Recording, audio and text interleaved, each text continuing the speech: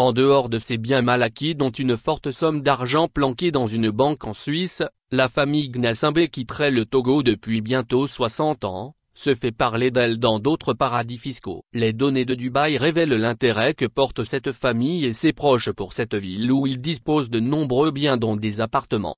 La fratrie Gnassingbé est estimée à plus d'une cinquantaine de personnes. Le géniteur Essiane Gnassingbé Yadema qui multipliait les conquêtes féminines n'avait pas tous ses enfants sous le même toit, tant ils étaient de différentes mères. Durant les 38 ans de règne de leur père, certains enfants se distinguaient par leur dérapage, leur prodigalité, les courses dispendieuses, l'usage des armes à feu contre les manifestants de l'opposition, etc.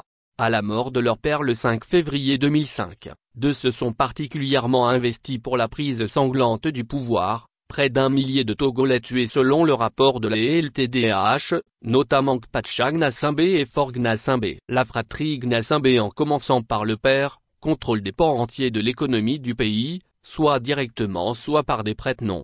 De 1968 en 1998, les Suharto avaient fait main basse sur l'économie de l'Indonésie. C'est le cas aussi des Gnassingbé qui prennent en otage tout un pays, le Togo depuis 1963. Yvonne Boizibadi Gnassingbé épouse Wala Azumaro, pharmacienne de son état, décédée il y a plus d'un, avait également sa société et disposait de la faveur de sa famille qui détient tous les leviers du pays. La société Sotomed, la vache à lait de la princesse. Yvonne Boizibadi et Innocente Naka Gnassingbé ont pour mère Angèle Blaeyasu, cette dernière originaire de Kouvé et parent de feu Apollinario Ovimadji Aboyibo. Les deux dames ont un demi-frère du nom d'Yves Losson. Yvonne Boizibadi, très discrète est l'une des rejetons de feu Gnassingbé Yadema à aller au bout de ses études supérieures. Diplômée en pharmacie, elle lance en mars 2001 la société togolaise de médicaments, Sotomed, pour récupérer un vaste marché en souffrance après la faillite de Togo Pharma.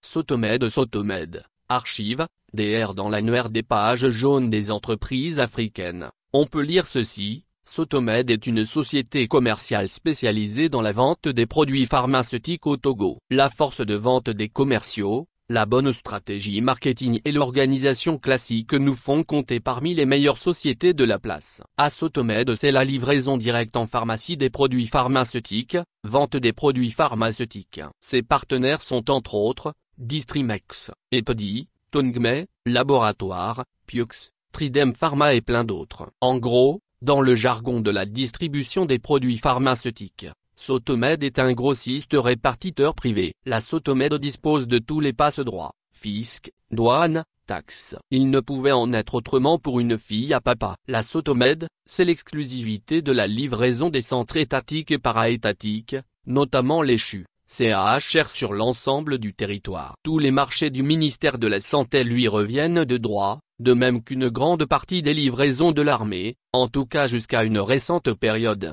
La Sotomed alimente également le juteux marché de vente de médicaments au grand marché de Lomé, un circuit illicite, mais toujours protégé par des mains obscures, malgré les conditions douteuses de conservation et la non-qualification des vendeurs. Enfin, Dame Yvonne Boizibadi Gnassingbé, parallèlement à sa société de distribution des médicaments, s'était installée au grand marché de Lomé où elle s'investissait dans l'importation et la vente des pagnes avec son corollaire de scandale sur la qualité.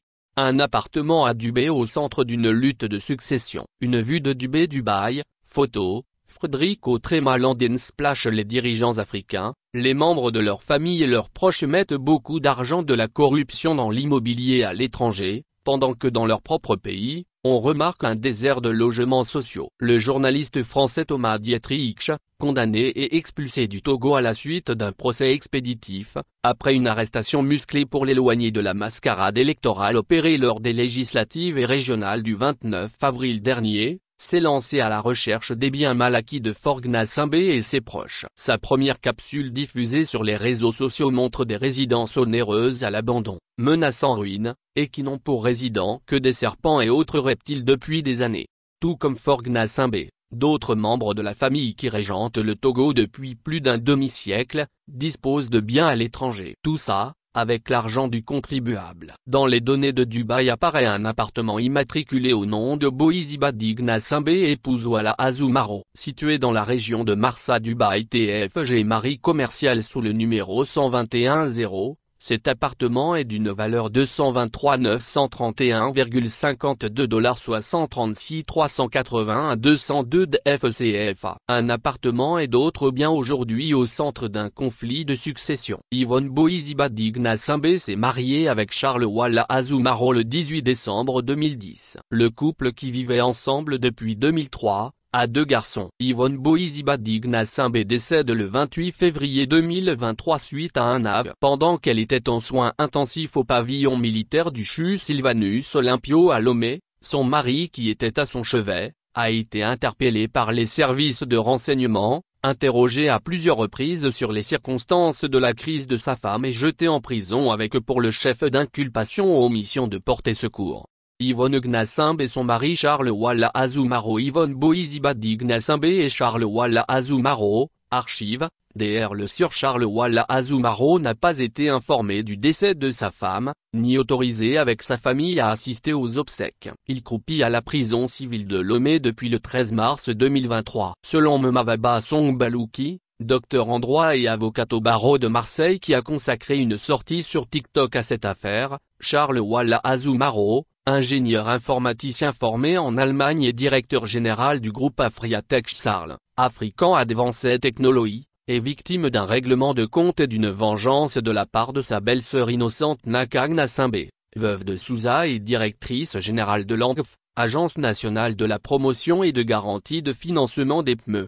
Il faut le préciser, les conflits de succession dans la famille Gnassingbé se règlent parfois avec la manière des cow-boys, un combat au cours desquels aucune règle n'est définie. Les bisbilles entre Okpacha Gnassingbé et Faure Gnassingbé autour d'une partie de la fortune de leur père, 3 à 800 milliards de FCFA planqués dans une banque à Lausanne en Suisse. La rédaction du journal L'Alternative y avait consacré une enquête il y a plus de 16 ans, ont débouché sur l'attaque à l'arme lourde du domicile du premier, suivi de son arrestation, son jugement et sa condamnation à 20 ans de réclusion criminelle, à la déchéance civique et à la confiscation générale pour complot formé pour préparer un attentat contre la sûreté intérieure de l'État. Il est aujourd'hui malade en prison, mais son frère, Faure Gnassingbé, refuse de le libérer. Charles Walla Azumaro subit visiblement le même traitement car, selon Memavaba Songbalouki, le chef d'accusation d'omission de porter secours est juste inventé pour le jeter en prison. Il s'est occupé de son épouse qu'il a évacuée dans une clinique de la place tout en prenant soin d'informer sa belle famille. Alors qu'il était au chevet de sa femme encore dans le coma, sa belle-sœur innocente Naka Gnassingbé s'est invitée au domicile du couple pour sceller la chambre principale avant de revenir plus tard ramasser dans 2 valises les bijoux et autres effets précieux de sa sœur pour une destination inconnue. Tous les biens,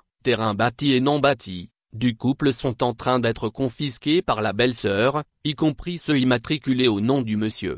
L'appartement de Dubaï est également dans le lot des biens que la belle-sœur cherche à récupérer. Charles Walla Azumaro est déjà séparé de ses 2 garçons, il va devoir perdre des biens y compris ceux qu'il a lui-même acquis à la sueur de son front. Ses proches sont persuadés que son maintien en détention par des juges qui reçoivent des ordres de la hiérarchie et des tiers, n'est pas lié à une quelconque commission de porter secours, mais a pour but de le neutraliser afin qu'il ne prétende à aucune succession.